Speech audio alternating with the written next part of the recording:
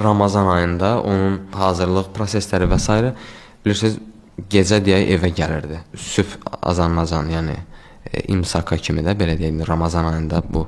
O vaxtacan deyək ibadət eləyirdi, gecə ibadətləri, məsələn, Quran oxuyurdu və s. Sonra deyək imsak eləyirdi, namazı qılırdıq. Sonra xutbə yazırdı. Gün açılana qədər deyək. Gün çıxana qədər o xutbəni yazırdı, sonra yatırdı da deyək ki. İndi mən artıq görmürdüm onu, mən yatırdım. Və səhər saat məsələn 9-da, 10-da deyək ki, çəkilişdə olurdu hər hansısa televizyada. Sonra hər gün də Ramazan ayında saat günorta 1-də, yəni bu radələrdə məsciddə xutbə eləyirdi.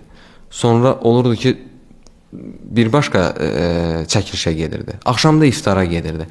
Yəni bu insan orada necə dincəlirdi, necə yatırdı ümumiyyətlə.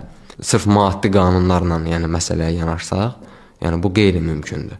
Amma təbii ki, burada bu məsələlərə sırf maddi prizmadan yanaşmaq düzgün deyil. Belə.